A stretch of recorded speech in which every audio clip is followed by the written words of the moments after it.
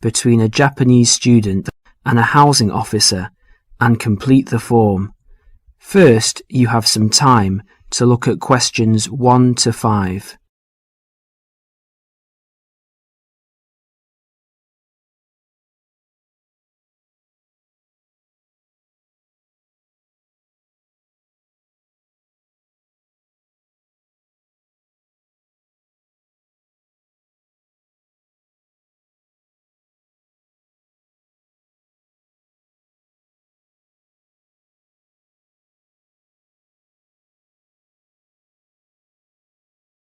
You will see that there is an example which has been done for you.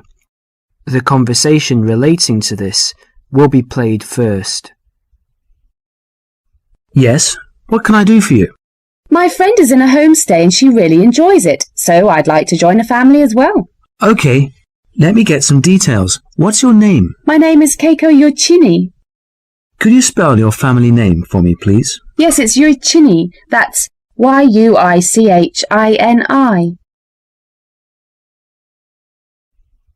The student's family name is Yuichini, so that has been written on the form. Now we shall begin.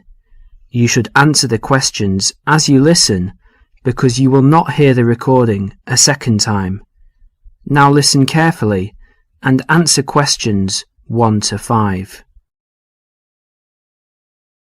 Yes, what can I do for you?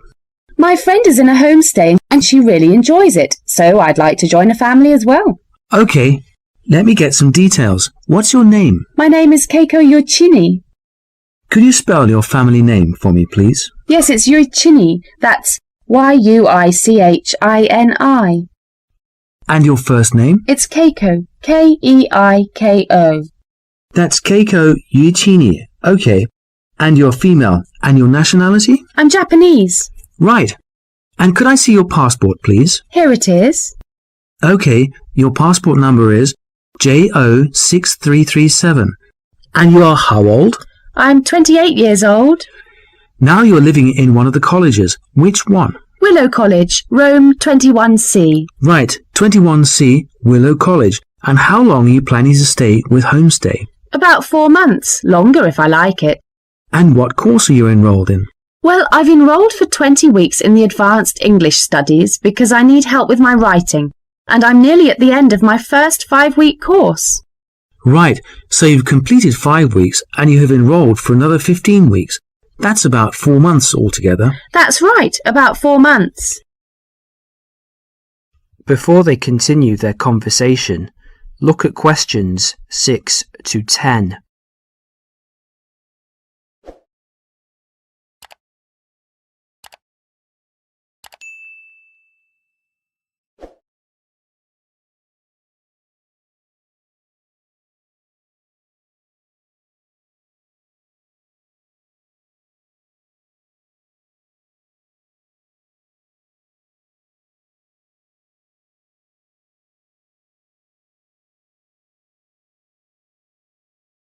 As you listen to the rest of the conversation, complete the form by filling in the numbered spaces 6 to 10.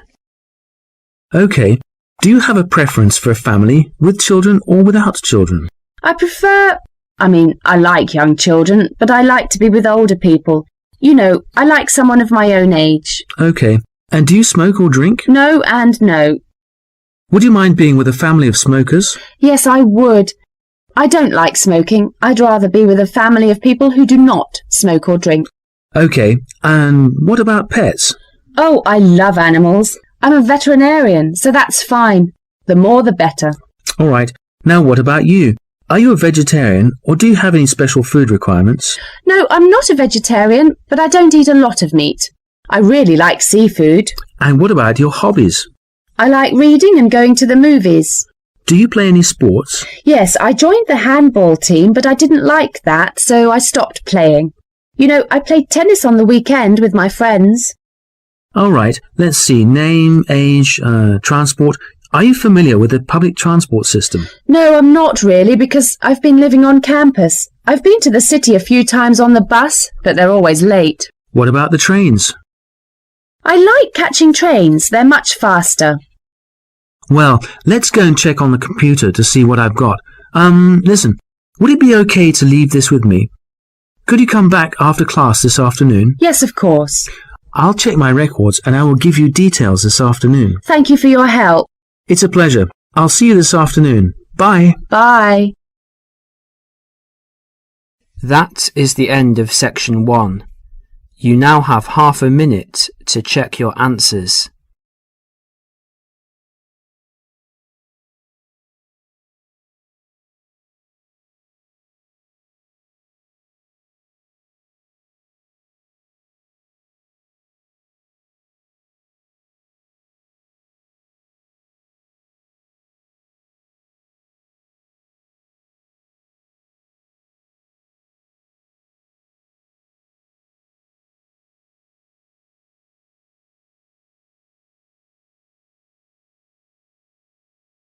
Section 2.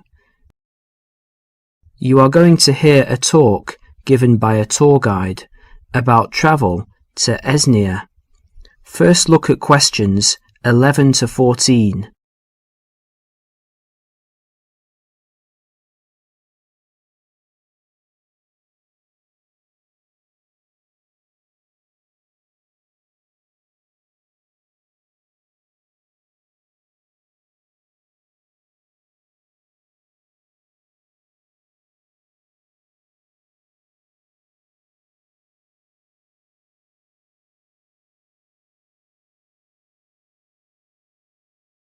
As you listen to the first part of the talk, answer questions 11 to 14.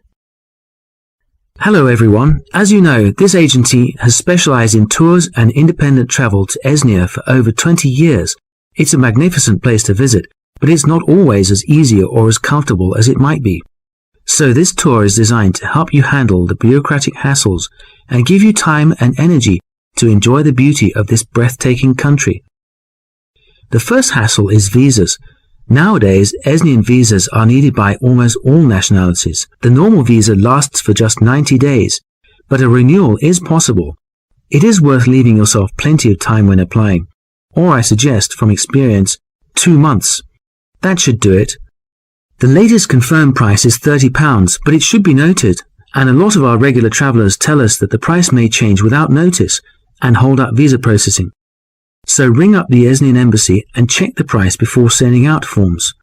Now, for those of you who are intending to take Esnia as part of a longer tour and want to wait till you get to another country, do remember that some Esnian consulates in neighbouring countries require you to provide a letter from your own embassy just to confirm your nationality.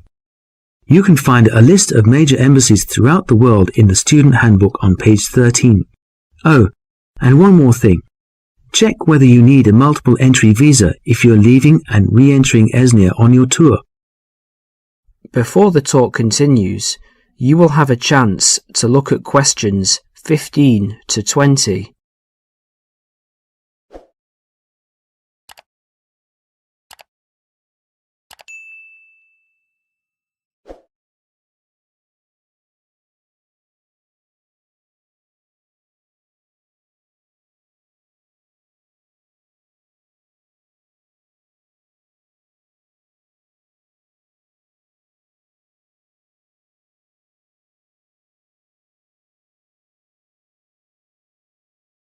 As you listen, complete the summary and answer questions 15 to 20. Now, some miscellaneous general advice. Firstly, if you're rich enough to bring in over $1,000 in cash or traveller's checks to Esnia, you need to fill in the currency form. Don't forget this. You could get into trouble if you do. You must declare all of your items and more expensive items, such as video cameras, on a tourist export form, which you can arrange to carry in advance. Regarding health regulations, although Esnia is becoming a generally healthier country with every passing year, neighbouring countries remain cautious with regards to health standards there, and therefore it is worthwhile carrying a health certificate. The one you need is the BM276. Now all of you here are students, and there will be plenty of concessions for young people travelling in Esnia. The Esnian Transport Authority, for example, issues a special youth fare card which you can get in any railway station. Just show your international student card. Information about getting this is in the handbook, and give 2 passport photos. And by the way, because there is so much bureaucracy in Esnia, we advise you to take at least 12 passport photos with you. They're not always easy to get done there. Finally, a bit more about currency. Pounds won't get you very far in Esnia these days, so they're no good. We advise people to carry either yen or Australian dollars. US dollars are starting to cause difficulties because of political disputes. Another surprise is that credit cards are virtually useless because of fraud scandals. Do carry traveller's checks, but we advise medium denominations. Large denominations increase the likelihood of theft, and small ones increase commission charges. Now, as I mentioned earlier, this student handbook has a wealth of information. That is the end of section 2. You will now have half a minute to check your answers.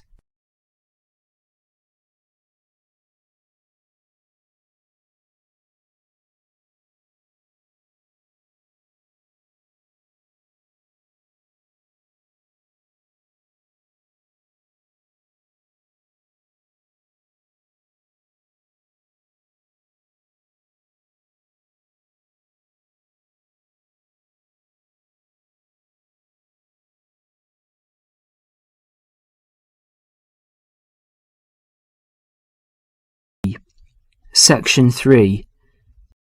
In this section, you will hear a discussion about shopping habits. First look at questions 21 to 24.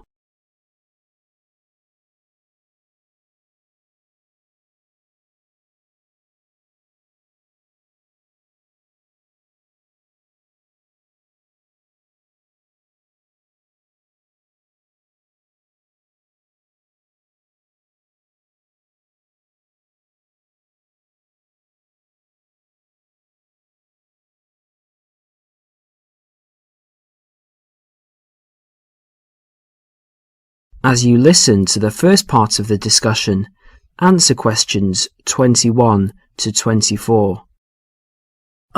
Excuse me. I wonder if you'd mind answering a few questions. You see, I'm doing a project. Fine, what's this on? Well, I'm looking at the people's shopping habits. Okay. Can I ask you, first of all, are you a student? Well, I was a student here last year, but since then I've left, and I'm working in a bank now as a cashier. I just came to see a friend. Oh, that's okay. So how often do you go shopping? Oh, I buy a lot of books. Should I exclude books? Oh, if you leave books aside, what about shopping for all of your personal items, study things, and that sort of thing? Okay, because I go to the supermarket almost every day, it seems the other things, I'd say, I tend to do it every other week. And do you spend the same amount each time? I guess so. I only have about £100 a month spare, so I'd probably spend about £50 each time. What sort of shops do you like best? The department store or the small retail outlets? Oh, I like big department stores, so everything's in one place. The weather's so bad, so it's a bit miserable trudging from one little shop to another. Great. What do you find most difficult to buy? What do you mean? Well, what do you have to really search for? What takes you a long time to find? Oh, jeans, definitely. You can get hold of a sweater or a CD in a moment, but with jeans I can spend all afternoon and still not find a pair that fits. Okay, one last question. Who do you usually shop with? Now, I usually go shopping on my own, but if I want to make it more of a social occasion with friends to have a coffee and things, I often go with colleagues from work, in our lunch hour. Well, thank you very much. You've been very helpful. No problem.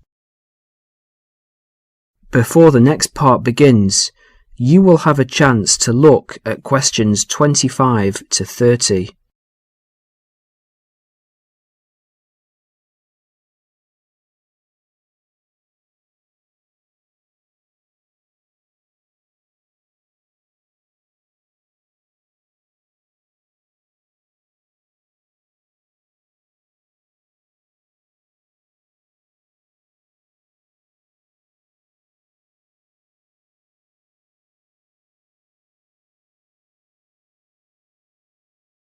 As you listen, Answer questions 25 to 30. Hello, Dale. How did you get on with your shopping inquiries? Well, I got 50 people to answer questions and the results were quite interesting. OK, let's have a look. Well, those were handouts and here you can see that the majority of people I interviewed said they went shopping once a week. Most often, that was the weekend. Right. For those people who spend enormous amounts of money, if you see this chart, you can see that half the people spend £45 a month, and while 15% of people spend more than that, an average of £75, the rest spend relatively small amounts. Even the regular shoppers spend no more than £20 a month. Window shoppers. Yes, I asked them what kinds of shops they prefer, and the response was unanimous. Everyone went for department stores. I think that's what young people today want. That's understandable. And that's a useful statistic, I think. I also talked to them about the things they found most difficult to buy. I thought the answer was going to be something like books or study materials, but it's always clothes.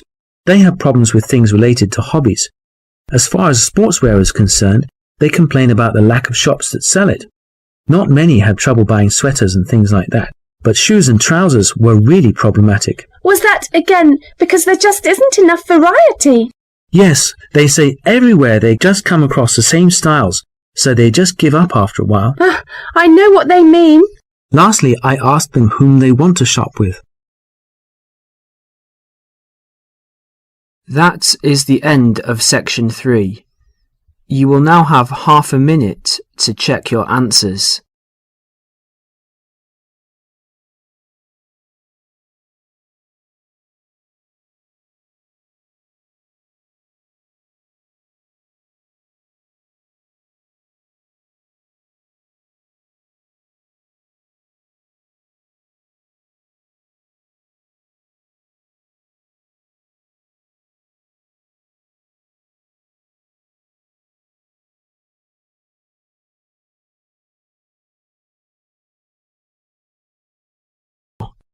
Section 4. In this section, you will hear a lecture about study and answer questions 31 to 40. First look at questions 31 to 40.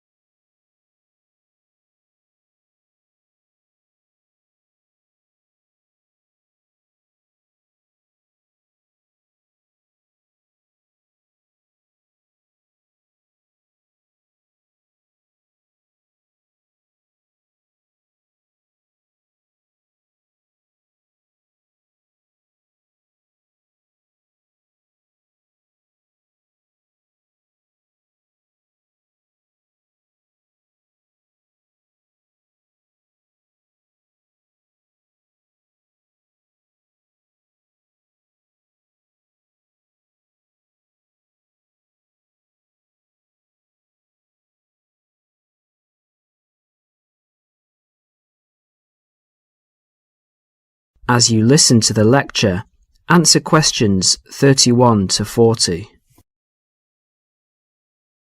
Can anybody hear me? Is this microphone working? Good. Now, welcome everybody to the second of these lectures on successful study at college. Yesterday we looked at housekeeping issues, where to find information, how to use the library computer system and so on. Today we're going to cover an issue that will be vitally important to you all throughout your time here at college, and that is time management. Hundreds of books have been written about time management, and those of you who are interested in doing some extra reading on the subject are very welcome to see me after the lecture, as I have a book list here and some other useful materials. Now, time management. In the past, this used to mean making a list to plan for every hour of the week and then try to stick to this plan. These days, however, the whole idea of managing time has changed. In fact, if you think about it, you'll find that it's impossible to manage time. It just goes. So what you really need to manage is yourself. To manage yourself effectively, you need to have a clear idea both of what you want to achieve and how to achieve it. In other words, you need to set goals, and you need to move towards achieving these goals in an efficient and systematic way. Most coursework at the college is set by mid-semester, and at the end of the semester usually involves 2 written assignments of between 1,500 and 3,000 words in length. If you look around you at college, you will see that during the first weeks of the term, everyone looks cheerful and focused, followed by a change around week 6, assignment time, when people start to look a bit stressed. The library reports that an increasing number of students become angry when books are not available. So what's happened? Has everybody become suddenly irritable and angry for no reason? Not quite. The reason is that people have not managed their resources well. They have not set priorities for reaching their goals and, as a result, some of them realise they are going to do badly with their assignments. This will not be because they lack intelligence or love of the subject. They will fail because they did not have a clear idea of what they have to do and how long it should take them. Let's step back a minute. What do we mean by establishing goals? Well, basically, it means deciding what you want to achieve. In other words, deciding on the results that you want to achieve. The students that I've mentioned found themselves very stressed, mainly because they have an assignment to do. But they did not fully think through the effect that this would have on their day-to-day life. There's an awful lot of spare time in a day. For example, if you manage to spend some of that time, even just 1 hour, on an activity that helps you with your study, that 1 hour could have a major impact in your course, particularly if you make it a regular habit. I'd like to ask you now to have a look at the planners in your information kits. You will see that there are 3, 1 term planner, 1 weekly planner, and 1 daily planner. The term planner is to help you get an overview of everything that you will need to do for the term. The weekly planner is to help you week by week, and the daily planner will help you with the really detailed planning. Before we go any further, I would like you to make a note in your daily planner right now. I want you to picture how you could make a major difference in your life by spending just 1 hour a day on some activities for the next term. Background reading, for example, or preparing a bibliography. Now imagine the benefit at the end of the term. The term diary and the weekly diary are the most important ones. However, a week is really the shortest time you have to establish an overview of your time for planning purposes. Now you need to set priorities for the term. Work out how you could achieve those priorities and the results that you desire. If you can get into the habit of planning like this, you'll soon find that you've actually had more time than before to spend on relaxation and other activities that you enjoy. Now let's share some of the ideas that you've come up with. I'll divide you up into groups to share your ideas. OK. That is the end of section 4. You will now have half a minute to check your answers.